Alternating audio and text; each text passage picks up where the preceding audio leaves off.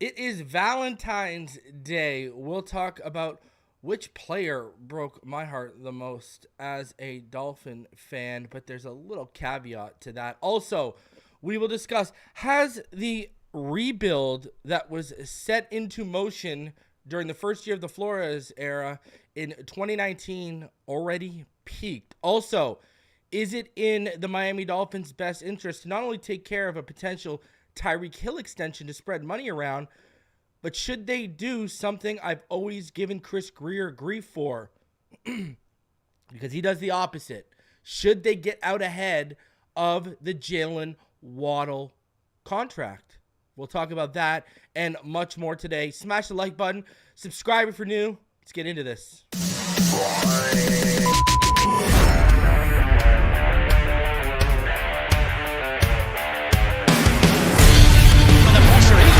Loses the football. Touchdown! Got it! You have got to be kidding me. Jaylen Waddle has a Dolphin touchdown. And he will score! Field down the near side, that open. Touchdown!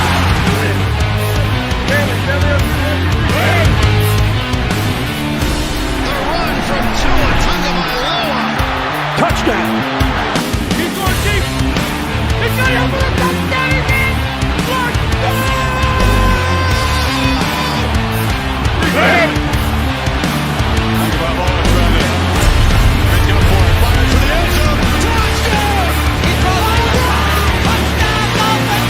Beautiful day to be a Dolphin fan. Let's go!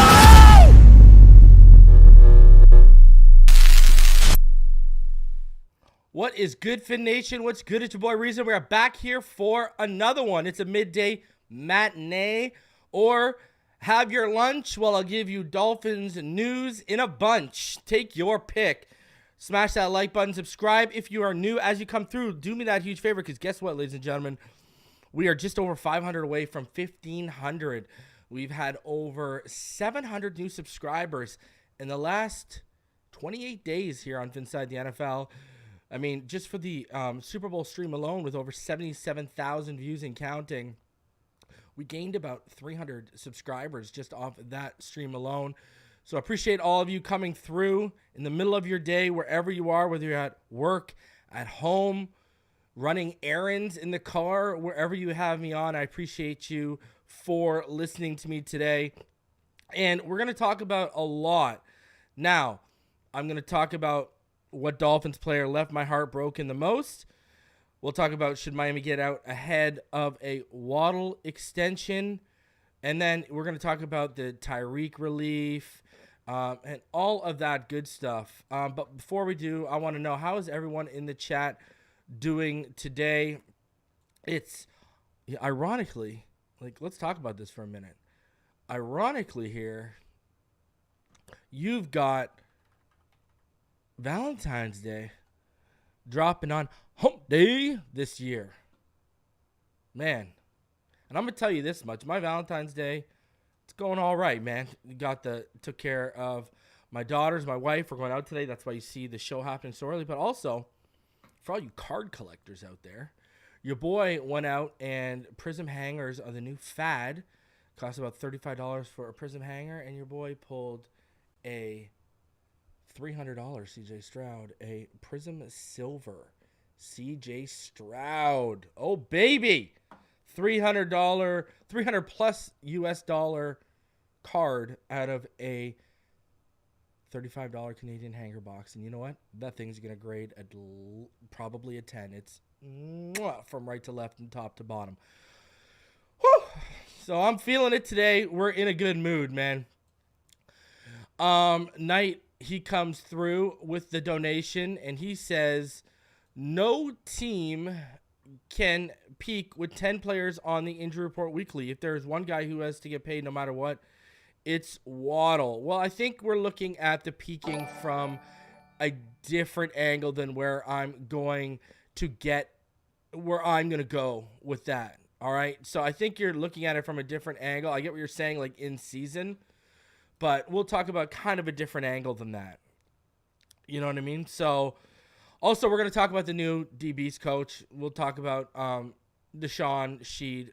No worries. We'll talk about all that. We'll talk about a little Anthony Schwartz.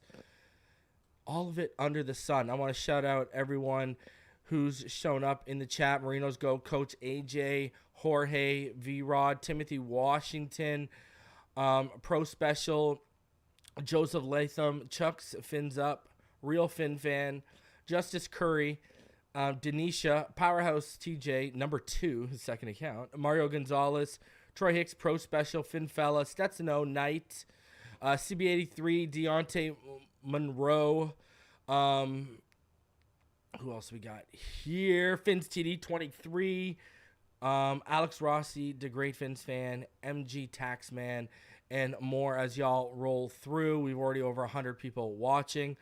So like I said, please hit that like button, subscribe if you're new. Shout out to KC, the Wayne D Experience, Real Special K, Dan Ashton. Some of y'all in your names, eh? I'm hoping it by Real Special K you aren't the supplier of ketamine in your local area, my friend. Wayne D, how you doing, sir? How's everything going with you? Listen, you know, I kind of talked a little bit about this. I just dropped a 3 takes episode for Patreons, and you know what's going on, Jeffrey? What's interesting to me is we are going to, you know, we are on February 14th right now. The new league year begins, what is it, March? It's either March 11th or March 13th, when free agency opens, right? So, you know, what's exciting, I know it's a little bit of a down season. Oh, the tampering begins on March 11th, and then free agency opens on March 13th. But what's exciting about right now is, man, we are going to, I think the news might be flowing here over the next 3 weeks in terms of this team. Think about how much space they have to clear right now. You know, and that's just before we, like, you know, that's just before we get to free agency. Right now, you're $51 million over the cap, 51.898 if you want to be exact. If you want to, I mean, like, we're talking, we got to clear at least $100 million. I don't see them clearing like just 70 something million, like, and having 20 million to play with. And you know, you're going to see a lot of news. We are going to, what's exciting to me is we're going to understand this team's vision. I don't mean how they, well, we'll gain a little traction on how they're going to draft and such, but we are going to see who's here for the foreseeable future. Example, are we going to outright cut Baker or restructure him because we're already so thin on linebacker?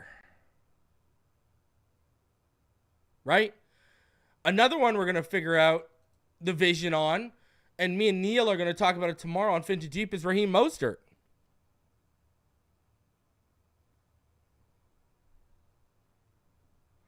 It's going to be no problem to clear the money, but it's going to be interesting to see who and how. Because you can get to $76 million over the cap without even touching Teron Armstead's contract. With all the edge rushers, with everything going on the edge, what are they going to do with Emmanuel Ogbah?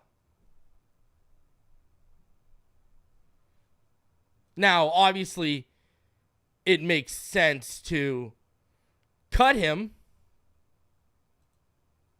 Obviously, you save $13.7 million next year, and you save $16.9. But what if they restructure him? You save $6.9 million if you restructure him. But I would personally just cut him. I'm just sitting here saying we're going to start to see what the vision is. How much money are they going to clear? Who are they going to clear with? Who are they going to restructure? We are going to understand this team's vision a little bit more as we move forward. Because let's tell you something. If they clear if they're $76 million over the cap, meaning they've cleared about, if you do the math, that's about what, 127 million. So if they clear 127 million, they ain't playing around. If they clear enough to take care of their guys and add pieces and veterans on good deals and draft pieces, then that tells you they're pretty much going to run it back with the core.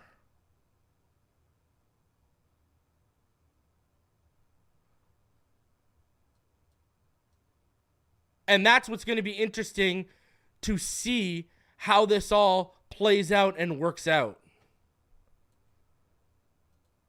Because I want to see what their vision is. And if we got 76 million, that tells you, okay, Wilkins ain't here. You know what I mean? Et cetera, et cetera. That means Baker's probably gone. X is gone post June 1st. So by cuts, restructures, and extensions, some we're going to talk about here today, they're going to show their hand a little bit about what they're doing this. Are they going to run it back with the core and add to it, or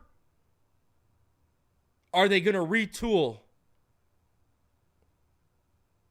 Because it's definitely not going to be a reset.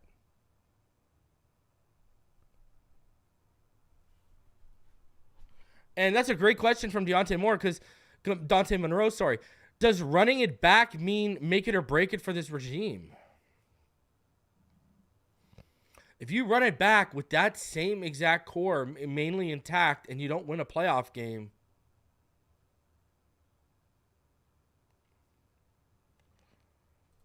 that's not good.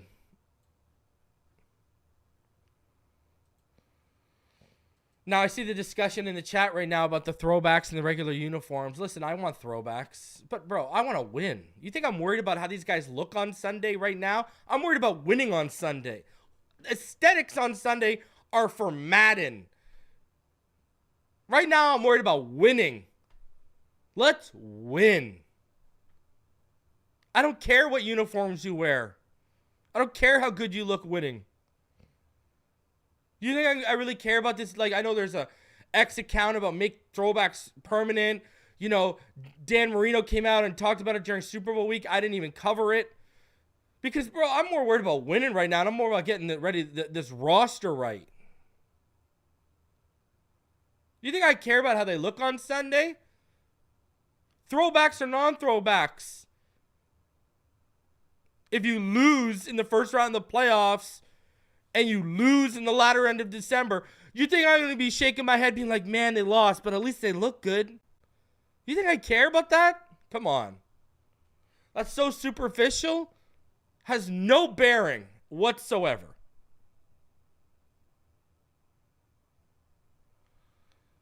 I'm sorry. I just don't see this as an earth-shattering, earth-shifting decision here. Listen, go make the throwbacks permanent. I think they're classier and I think they're nicer, sure.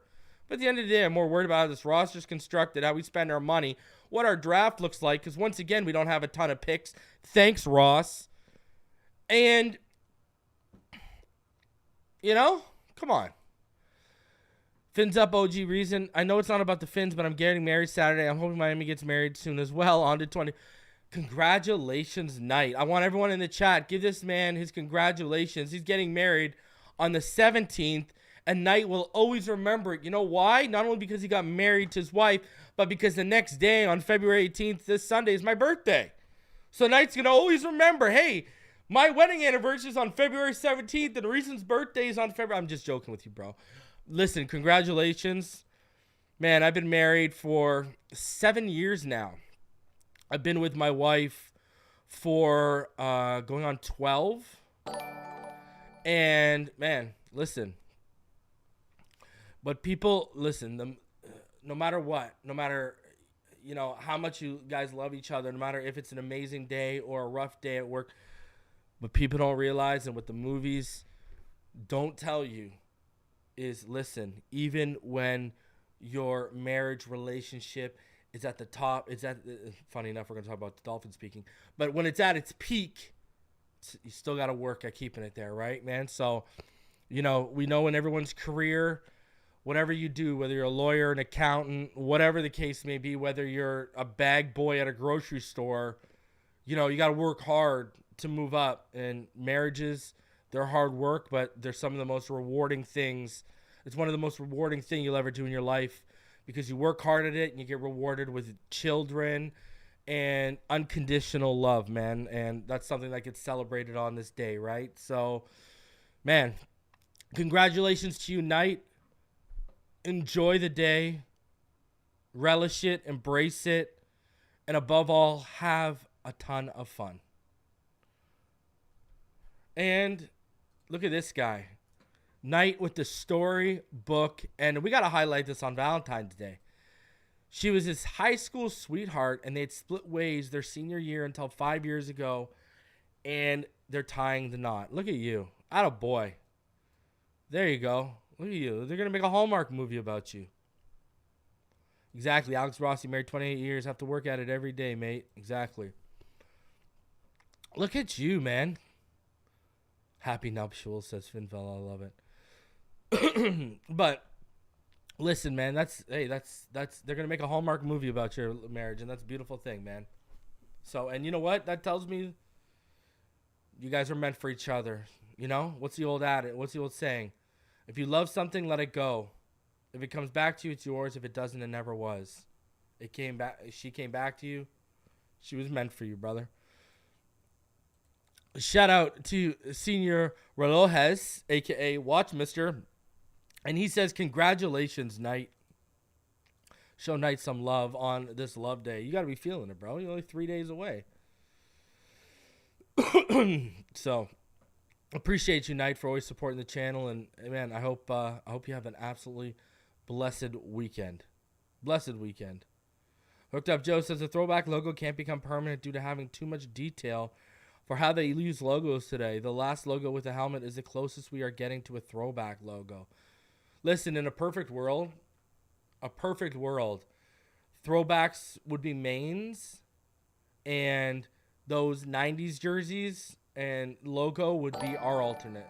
That would be a perfect. But you're probably right. The detail, like, yeah, I'm looking at, like, my throwback logo hat right now. It's ridiculous. Compared to, you know, what we have.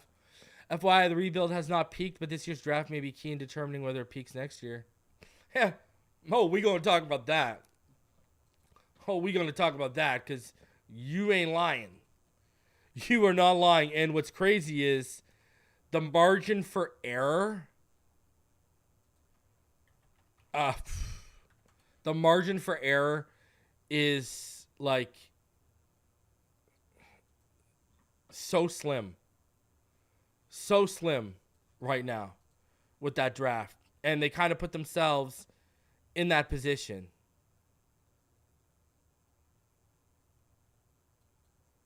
So we'll see how it goes. But they've kind of put themselves in this position. So, just saying. Anyways, let's get into this because we do have a lot to cover before we get out of here. So let me just bring something up for you guys.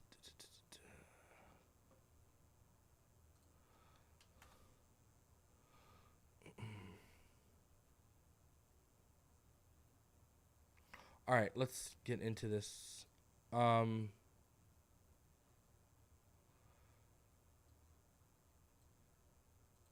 So, let's start this off with something that you guys were asking me about, so I'll go into it. The Dolphins, they've hired Seahawks assistant DBs coach DeShawn Shead, and he'll be joining Mike McDaniel's staff. He was a key member of Seattle's secondary during the Legion of Boom days, and he also won a Super Bowl as a player. Very well liked, and he was respected by members of the Seahawks secondary. Now, the first question is you got to ask yourself is, how much more do we have until this staff is rounded out? And what's curious to me is, look at another hire, and we know we were trying to hire one Ravens assistant, but besides that, what has Anthony Weaver really brought over? Anthony Weaver hasn't really brought over anyone. You know what I mean? That's what's kind of nuts to me. They haven't really brought anyone over from, it feels like, from the Weaver tree over there in Baltimore, where he's been for so long. Now, I will say this, all right? You look at when we brought in a couple weeks ago, we brought in what felt like his first hire, right? The one that felt like it had his first handprint on it, thumbprint, if you will. It felt like Chris Hewitt was supposed to be that, and the Ravens extended him. But then we pivoted right after that, right? And, I don't know. If we would have got Chris Hewitt, I would have said, okay, it feels like Weaver got his guy. But it just feels like we haven't really had his hand-selected guys. Now, again, because I keep coming over guys who I can't tie back to his tree. And to me, that's kind of an issue, no? They got Brian Duker as a secondary coach pass game coordinator when they couldn't get Chris Hewitt, but Duker has no coaching ties to Weaver. Doesn't come from the same tree. Da-da-da-da-da. Now, I could be totally wrong, and he could be knowing all these guys. But, it feels like more Weaver got rid of guys, like Madison's gone. You know what I mean? Like, it feels like more Weaver came in and cleaned out. Now, I could be wrong. But, yeah, Coach AJ, I did break down Weaver's. I talked about Weaver and what he runs, what he's historically ran and what he could ran. I did that a couple videos ago. So, listen, now, as far as the hire itself, I think this is actually a good young assistant. I think this is, I think this is another good young assistant who's coming up. Now, it hasn't been announced exactly what his role is. It's probably going to be in Miami's secondary with Joe Casper leaving and such. And Madison, and so now he's probably being promoted. You bringing in a guy who has experience playing in the league. You have a guy who, he's only been a coach since 2021. He's been defensive assistant defensive backs coach. He was a good player. He's a solid player.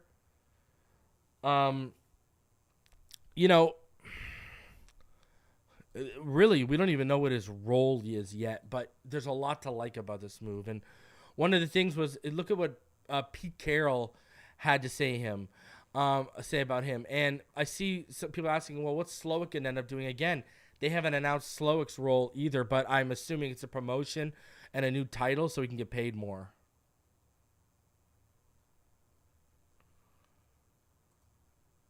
Well, why would guys leave Baltimore? For promotions, right? Baltimore had to promote Chris Hewitt because we were circling him like a shark and we were going to bring him over. If there's no promotions to be had, that's why guys usually leave. Wherever they leave is for a promotion. So it's all about promotion and money. That's why guys leave. Coaches leave. So, look at, and if you're a good enough coach, look at Ejiro Evero. Ejiro Evero remains one of the hottest potential head coach candidates, especially heading into next year.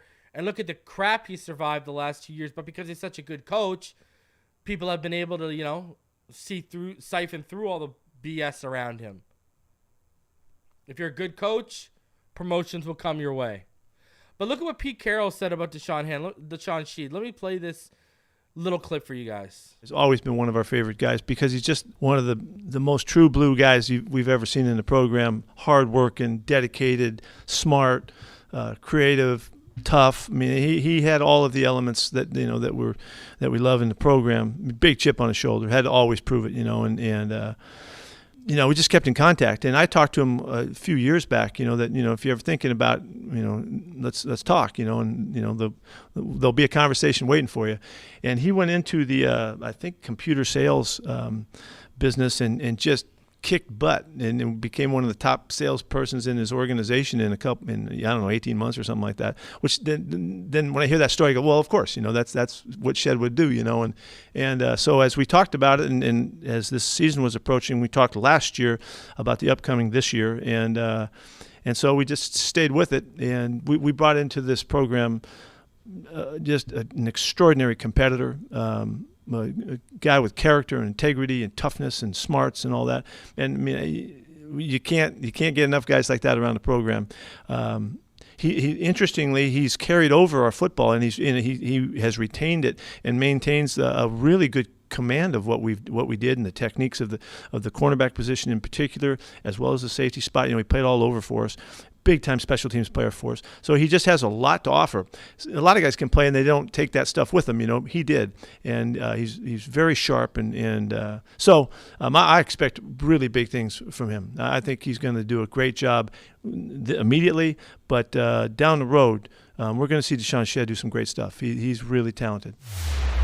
So there you go. I believe I was calling him Shead. DeShawn Shead, he is one of your new defensive coaches on the staff. Again, it's not known what his title is going to be, just like we know Slowick got moved when we brought in Joe Crow.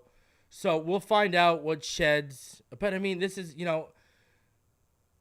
we need, again, you listen to Pete Carroll talk, and DeShawn Shead fits McDaniels and Weaver. So I guess it fits their vision in terms of the teacher. Right? The teaching and the development, that fits exactly what they want. Like when you heard Pete Carroll talking about the technique and his command at teaching it and instilling it into players, that tells you right there what was probably one of the biggest selling points for DeShawn Shead getting the chance to come here. That tells you right there. Especially when you got a guy like Cam Smith. Especially when you got a guy like Ethan Bonner. Young kid like Elijah Campbell. You still got Javon Holland. Right? That matters. And clearly, that mattered to Mike McDaniel and Anthony Weaver when they decided to bring him onto this staff. And I think that was probably one of the biggest selling points. I mean, you heard it there directly from Pete Carroll's mouth. So, listen, we'll find out what his role is, but it's obviously going to be a coach in the secondary. But given his history as a coach and a player, can you really knock this? I mean, no. Got to see this one play out. But again, another promotion. It seems like if you look at experience-wise, Anthony Weaver, and I'm talking about guys we brought in, Anthony Weaver and Joe Barry seem to be the most experienced that we brought in here. That's what it seems like if you ask me. So we'll see. We will see. But, man, again, I go back to you better get it right. We do not have time for a bunch of coaches, let alone a defensive coordinator, learning on the job. And again, we'll talk about that a little bit here. All right? So, let's get into it further. Let's start off with this Barry Jackson article here. And it's notes and thoughts on comments from Dolphins, Hill, and Marino, a Tagovailoa contract, and more. All right, so let's get into this right now.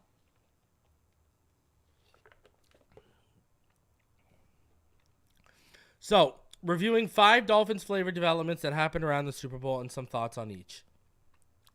Tyreek Hill's comments. Before watching his former team win a second consecutive Super Bowl without him, Dolphins receiver Tyreek Hill said his new team has no more valid reasons to be ousted early in the playoffs. And I went over this, right, where he said there's no more excuses. Feels like the excuses have run out at this point, right? So this is what Barry says. Good for Hill for challenging his team and the offense specifically to achieve more. But here's my concern. Are the Dolphins realistically near or at the ceiling for this rebuild? It's only going to get tougher for the Dolphins from here, with the salary cap creating challenges to keep their best players. With Joe Burrow returning from an injury, with Aaron Rodgers returning from the Jets, with Jim Harbaugh likely to elevate Justin Herbert and the Chargers, with C.J. Stroud blossoming in Houston, with Josh Allen, Lamar Jackson, and most importantly, Patrick Mahomes in their prime. For this current predicament to not be their ceiling or close to it, for the Dolphins to actually have the ability to do more than maybe win one wild card game, 5 things must happen. So these are the suggestions for Barry Jackson to make sure this team has not peaked and has not reached its ceiling. 1, Tagovailoa must become much better late in close games and against good defenses and when plays break down. 2, Chris Grier cannot afford to go 2 for 5 or 3 for 5 on personnel moves, especially the draft. He must hit on 4 or of every 5, and that's a lot to expect. 3, Jalen Phillips, who was well on his way to the cusp of Pro Bowl status before his Achilles injury, and Javon Holland must become top 12 at their position or better. Same with Jaylen Waddle and Devon Achane, and perhaps Austin Jackson. Robert Hunt and Connor Williams are already there, but can the Dolphins re-sign them? The Dolphins fundamentally need to correct defensive problems that plagued them in 2023. Allowing too many crossing routes for first downs, giving too much cushion to opposing receivers, finding a nickel corner who's more effective than Kader Kohu was last season, limiting the repeated damage done against linebackers in pass coverage, and Grier must find a reliable boundary corner if Miami parts ways with Xavier Howard. McDaniel must acknowledge Tagovailoa's limitations in certain circumstances and commit to running the ball effectively and repeatedly in situations that call for it, such as the Kansas City game in sub-zero conditions. And Grier plays a big role in executing that. He must further augment a pretty good offensive line with run-blocking maulers, find a way to re-sign Williams and Hunt, perhaps add a bruising back so that we're not repeatedly subjected to horizontal, unproductive throws on 3rd and 1 or 2. Only then will Miami have a legitimate shot to make an AFC championship, let alone a Super Bowl? That's a lot to ask in a division with a quarterback who's 10-2 with 110 passer rating against him, and a conference where Mahomes has already won 3 Super Bowls and seems destined for even more. Listen, you know, and this is what takes us to our main topic here about if the Miami Dolphins rebuild has already peaked. See, I know people were talking about, peaking in season with injuries, but here's the thing. We talked about it last offseason, and we'll talk about it right now. Think to yourself, are the Miami Dolphins going to be able to accumulate the amount of talent that they had for last season once more? This is what we talked about last season, that this was arguably going to be probably the most talented team in this window. And we didn't even get a playoff win. That's why you got Barry saying, having to hit on 4 out of 5 picks, that's not easy. You hit on 40 or 50%, that's actually considered very, very good. And remember, we pick 21st overall, 55th overall. We have no 3rd round pick because of the tampering with Sean Payton and Tom Brady. We have no 4th round pick because it's traded to the Denver Broncos to acquire Bradley Chubb. And then we have the 23rd pick in the 5th round, the 8th pick in the 6th round, acquired from the Chicago Bears, and the 21st pick in the 7th round.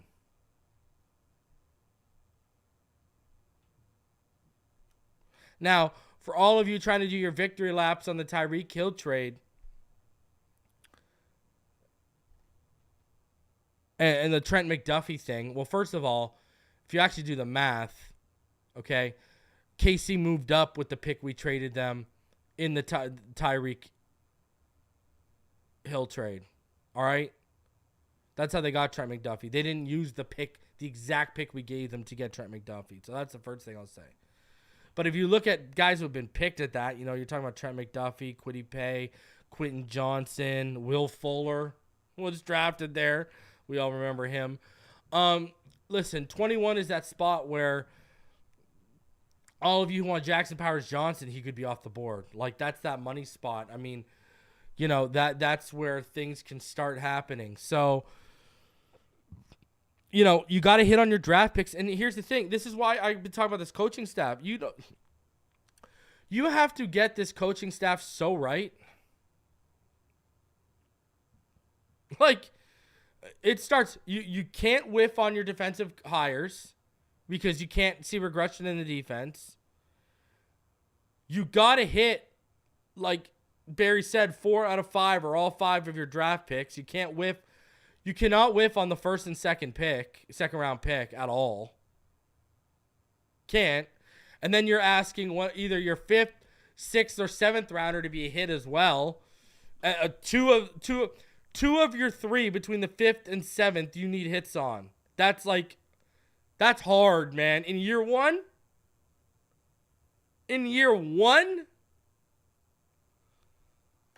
there's a reason why they're there in the 5th, 6th, and 7th. Anyways, so if you don't hit on that, you got to hit on a UDFA, that's for sure. Or 2. Now, I don't agree with Barry about finding a slot solution. You just got to keep Cater there. I don't agree with that at all.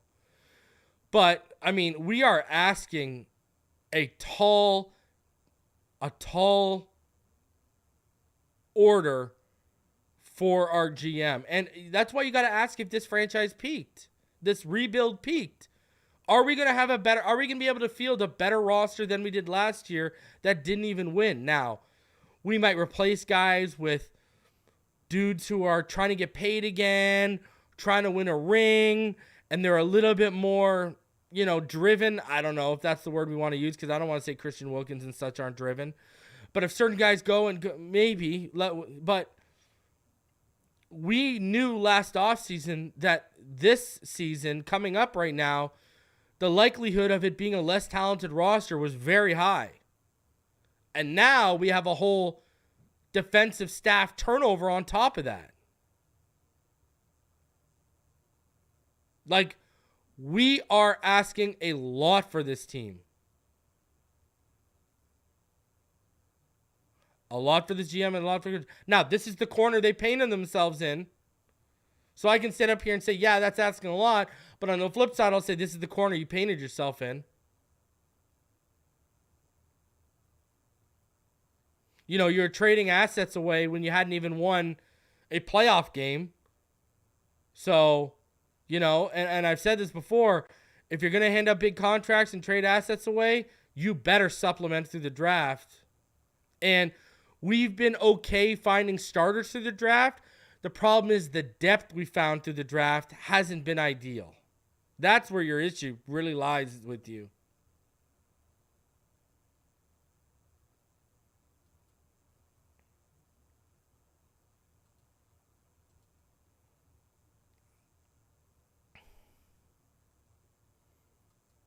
And so the question has now become, has this rebuild hit its ceiling? Has it peaked? Can we break through the glass ceiling? We'll find out. But that's a legitimate conversation to have. If you look at it from a talent and roster standpoint, that's a legitimate question to have. Did this rebuild peak? As we sit here today, February 14th, 2:37 p.m. Eastern, I can't sit here and tell you with 110% confidence, our roster is going to be as talented, and I can tell you it's definitely going to be more talented next year. We're not even getting into Tua's contract hitting, Jalen's contract, both Jalen Phillips and Jaylen Waddle's contracts hitting, Javon Holland's, and we're already trying to find that first playoff win on the cusp of having to do it with less talent around them.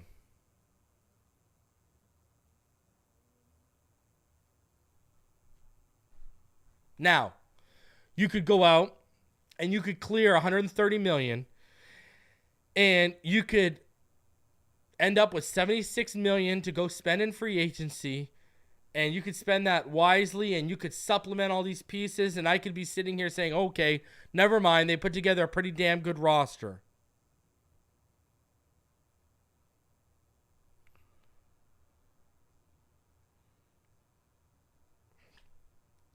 And now, this is coming off a season where you put up 7 points against the Super Bowl champs. The MVP of the league put up 10 points. 3 more points than we did at home in better conditions. MVP of the league could only put up 3 more points against a down year Mahomes and Chiefs team. The San Francisco 49ers, one of the best rosters in the NFL in recent memory from 1 to 53, one of the more complete rosters, couldn't get it done against Mahomes in a down year. So this just ain't about the quarterback beating the Chiefs, because I've said it before. You got to have a guy, you got to have an offense that's going to outscore the KC offense. You got to have a coach that's going to outcoach Andy Reid. And you got to have an offensive mind on that staff, whether it's the coordinator or the head coach, that's going to be able to outduel Steve Spagnuolo, who just got a brand new extension from the Chiefs. You got to beat the greatest quarterback of all time. I don't care what anyone tells you. Arguably the greatest head coach of all time in Andy Reid, or at least the greatest coach of our generation. And then you got to go beat the best defensive coordinator in the NFL, and it's not even particularly close. So, this is for real. And we just saw what an extremely talented roster. Yeah, it gave them a run for their money, but in the end, lost in overtime.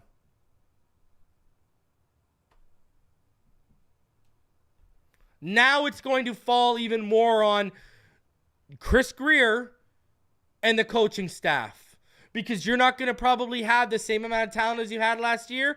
So you're going to have to coach up the young kids and get the most out of them, whether that's Tyndall, Joe Barry, Cam Smith, whoever. And then you got to get the new draft picks. And then you got to supplement with free agency. This, man.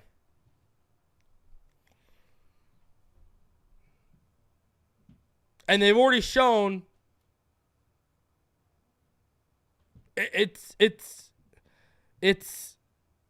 they've already shown, all right? They've already shown that they can make it happen from September, October, November into the beginning of December, but you got to finish this out. We talk about we need consistency from Tua Tagovailoa at the quarterback position. We need to see, 2-6 in big games.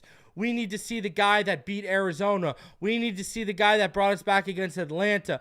We need to see that guy late in the game against the Chargers to open the season. We need to see him more consistently. Well, we need to see better coaching more consistently from McDaniel. We need to see better roster decisions more consistently from Chris Grier.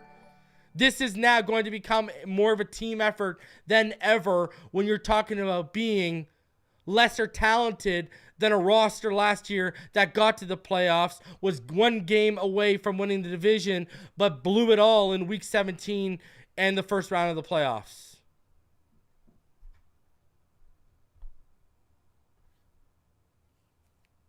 So, hey, We're going to see what they got.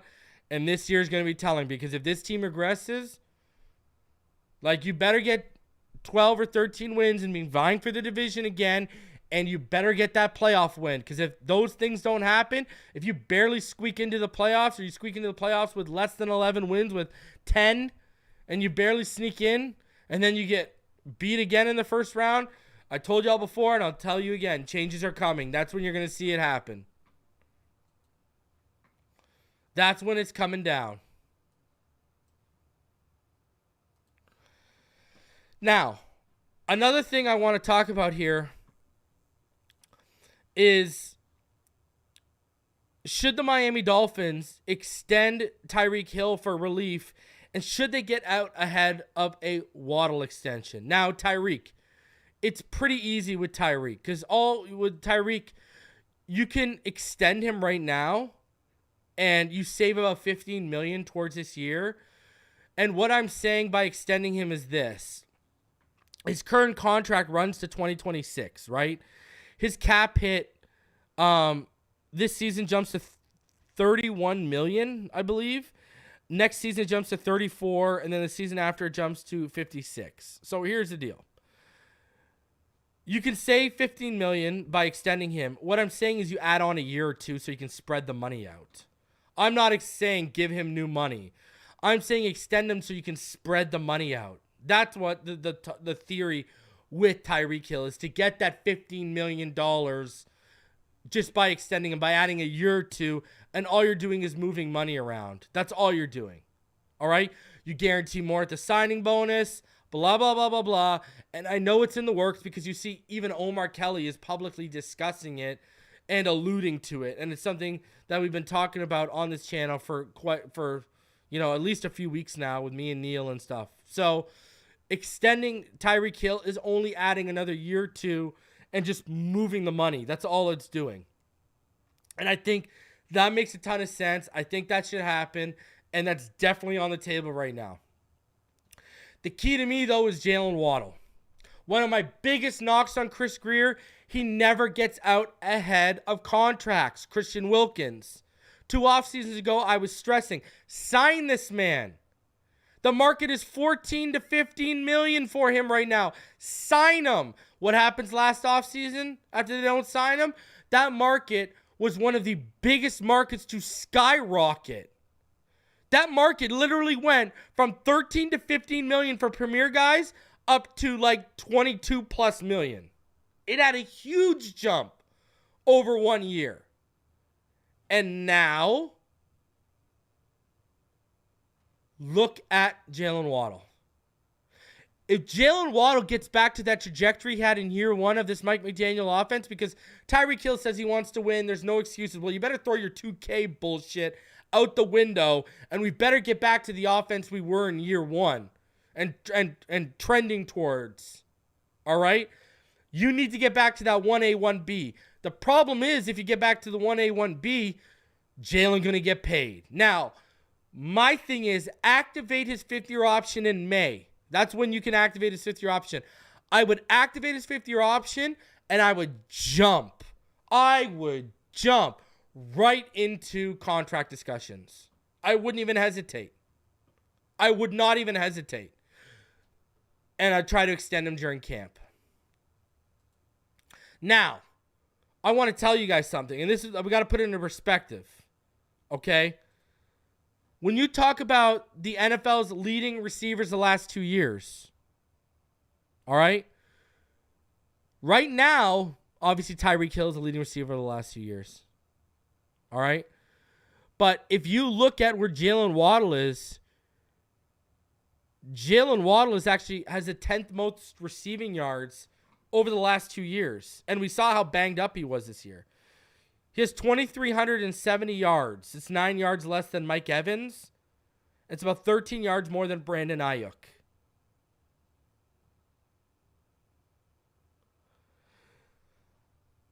Just to put it in perspective, number 2 behind Tyreek Hill. Tyreek has 3,509 yards. CeeDee Lamb has 3,108. So he's about, you do the math. He's about 638 yards off number 2. right? And then A.J. Brown's number 3, Justin Jefferson's number 4, but Justin Jefferson got hurt. So right now, he has the 10th most receiving yards over the last 2 years. Now, when you go into receiving touchdowns, he's a little further down the list, right?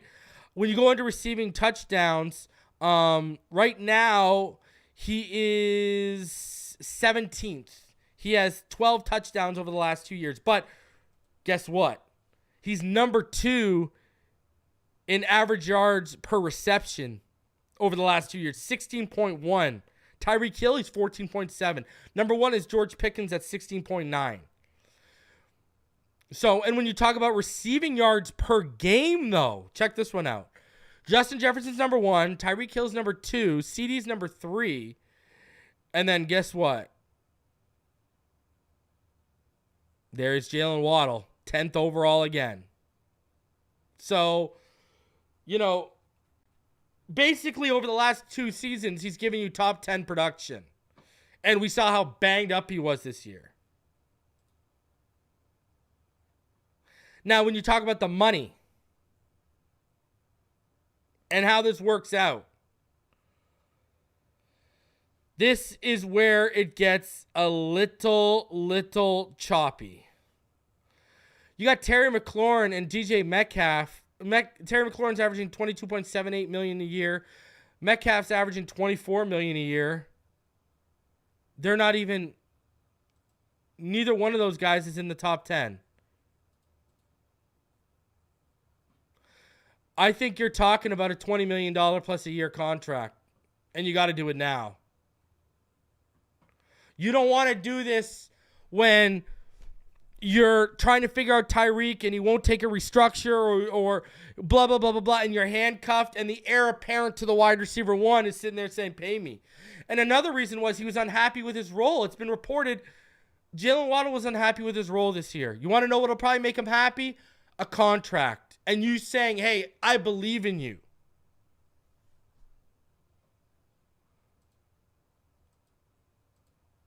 That's what'll show him. You know, he's not going to make Tyreek Hill, Devontae Adams, Cooper Kupp, or A.J. Brown money. But when you start talking about the guys who are making less than A.J. Brown, you know, Stephon Diggs makes $24 million. DK Metcalf, and I'm going by annual average, okay? I'm not even going about guaranteed. Debo, but he had $31 million guaranteed on a $72 million contract to DK. Debo, $71.5 million contract, $41 million guaranteed. Makes about $23.85 on annual average salary. Terry McLaurin, $68.364 million, $34.65 guaranteed, $22.78 million per year. DJ Moore signed a $61.884 million contract, makes about $20.268 million, had $41 million of that guaranteed. Amari Cooper. Now, this is why I'm saying Amari Cooper. Amari Cooper has, like I said, 40 more yards. He has 2 more touchdowns than Waddle over the last 2 years. So very similar. He got a $100 million contract over 5 years and 40 of it guaranteed, averaging about $20 million per year. I think that's what we're going to fall into. I think you're looking at, if you're going to sign him for a 5-year deal, all right, because that's what you want to do. You want to give him the 5th-year option, then 5 years, and you spread that money around, right? So technically, you'd have him like after this season for 6 more years, right? 5 years, it's probably going to be 5 years, $125 million, and you're probably looking at about 70-ish of that guaranteed. But I would do that now. Do it now. You know why? So when Jamar Chase gets re-upped, it looks like a great deal. And when the contract actually kicks in, because remember, next year's his 5th year, not this season coming up, but the year after is his 5th year, you'll be able to start to push around money right away. This sets you up for next offseason to push around money with his contract.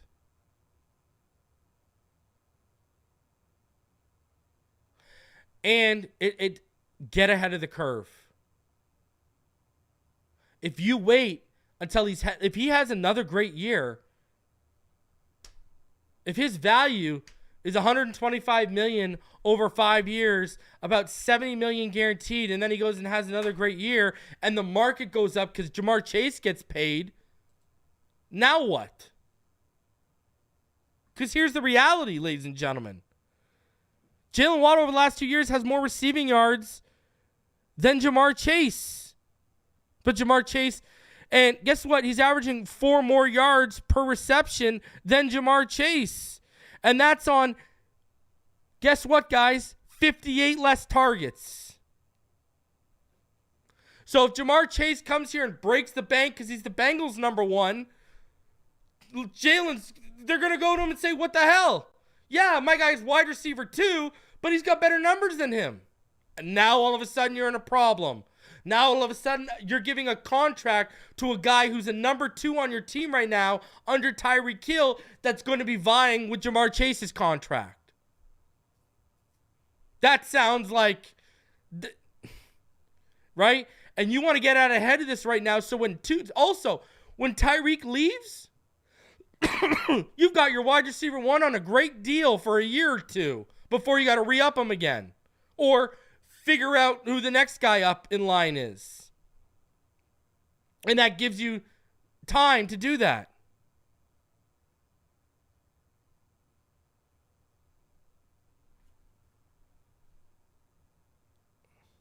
Listen, I know you guys are saying, with Scotty, I see hooked up. I'm with Scotty. A restructure for Ramsey or Chubb is more logical than Hill. Don't listen. There's a reason why Omar and people are talking about it.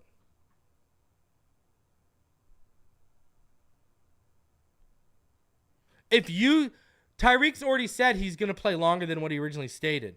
So and he wants to retire here. So if you think he's going to stay here, first of all, he's not seeing, I'm going to tell you this right now. Tyreek Hill, I'm going to tell you right now, Tyreek Hill is not seeing that 2026 money, that 56.308 cap hit. He's not seeing it. I don't even think he's seeing the 2025 cap hit of $34.2 million. That's too big. He sure as hell ain't seen that 56. He'll be 32 in 2026. If he's not injured and he hasn't lost his speed, he's probably going to play till 34. So that means you just might as well tack on the 2 extra years, have him till he's 34, and spread the money out. But he ain't seen that 56.308. And if he's still playing at this level, I don't see the Dolphins wanting to move off of him either. And another thing about Waddle, if you sign him, you're taking care of another player you draft and develop. Last year, when I was telling all of you guys, Wilkins standing firm, it's not going to get worked out. What was I saying? Pivot and get Robert Hunt done. You can sign him for $8 to $10 million a year right now. Get him done. Go. Get it done. Now what happened? Now we're hearing he's going to get paid $12+ million. I've even heard teams considering $15 million for this guy. He's one of the top interior options on the market. Now, $15 million somewhere else is about $12 million in Miami when you take into account the state taxes. But again, when you could have got this guy for $8 to $9 million, now you got to pay a couple $1 million more premium because you didn't get out ahead of it. And Robert Hunt was your biggest offensive line hit heading into last season since Laramie Tunsil. And you didn't get out ahead of it. Don't make the same mistake with Waddle. Because if that Ja'Marr Chase contract comes out and he continues to outproduce him like he has the last 2 years in yards and yards per reception, you're going to be in trouble. You are going to be in trouble because he's doing that on less targets. And now you're going to be forced to have Hill on the roster. You're going to be basically paying 2 wide receiver 1 salaries. And, because right now, listen, I am talking about him making $20+ million, which is, you can say is a wide receiver 1 salary. But Ja'Marr Chase is probably going to up that. When we see these new wave of contracts coming around, they might be more near Tyreek. Justin Jefferson's new deal. Wait till that thing comes through. That's what I'm saying. The market hasn't been reset yet.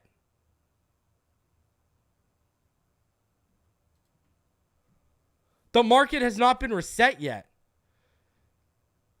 And Justin Jefferson and Jamar Chase are going to potentially drive up this price and make us cost more.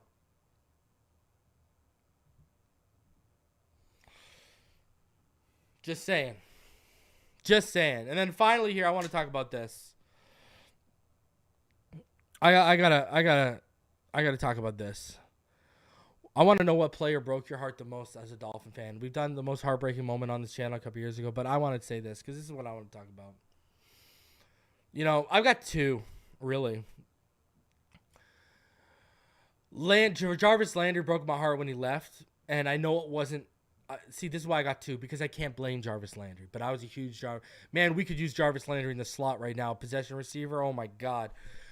But Jarvis, that was my guy. That broke my heart when he left. You know, one of the first Dolphins jersey my wife ever got me was she got me the Color Rush orange Jarvis Landry jersey. Still one of my favorite jerseys ever. I was just such a huge Jarvis Landry fan. Absolutely loved Juice. That was my guy. And then now if we're going to player that broke my heart and it was on their own accord, it would be Ricky.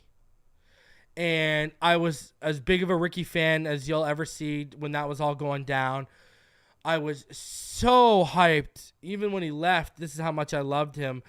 Didn't leave, but was forced to leave. And he had to go to the CFL for a few years. You know, he came up and played for the Toronto Argonauts.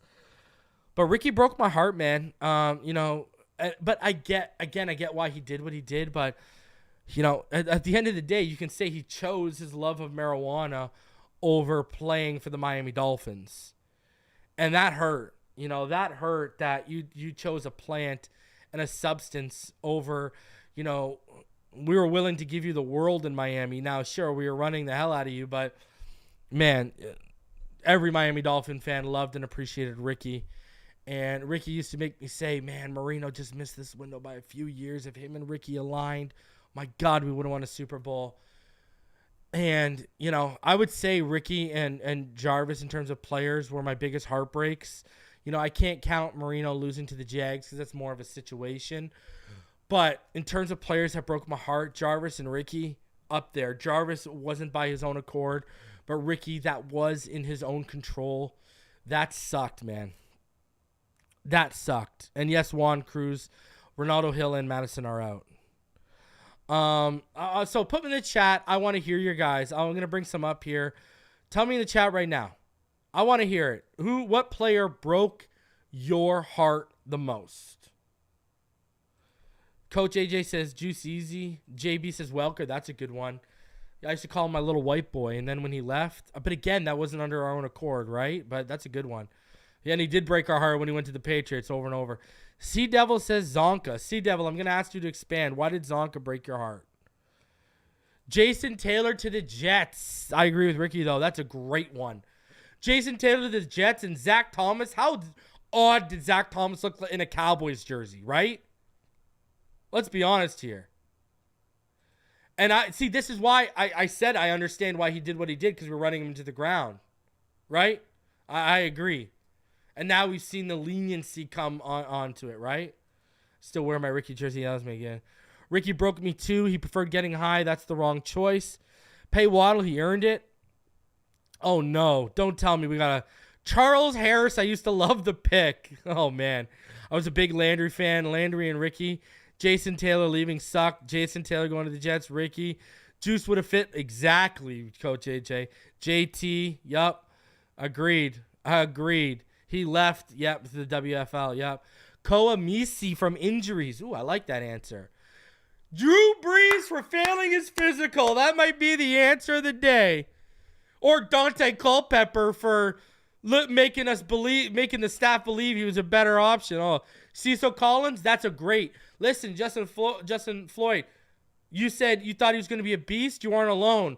I've had this conversation with Richmond Webb. That Dolphins team, they thought Cecil was going to be the dude. They thought they finally got a special running back. Ted Ginn, you don't got to say anymore. Natron Means, oh my God. Why do you got to take me back? I'm having flashbacks to Stoyanovich now. Ricky, JT, Zach, and Juice in that order. My dad always said throw a bag of weed in the end zone and he'll score every time. Yes, the Vontae Davis trade crushed me. Vontae Davis was one of my favorite defensive players at the time. I was at a fantasy draft with a Colts fan. When we made that trade. And he knew. Junior Seau to the Patriots. Minka Fitzpatrick. Charles Harris over TJ Watt. Nick Saban. Two guys that were underrated. Yeah, that's Jeremiah Bell and Chris Chambers. They're underrated. Jake Long. Injuries. Another one. Yeah, for sure. Deion Jordan. Ryan Tannehill. Deion Jordan. Jason played for Washington too. Man, it's been heartbreak. Passing up on Randy Moss in 98. We're just opening up wounds now, aren't we? Listen, guys, smash that like button, subscribe for new. I will be live tomorrow at 5 p.m. with Neil Driscoll. And as always, enjoy your Valentine's Day and fins up until Margaritaville, they send that cease and desist, baby.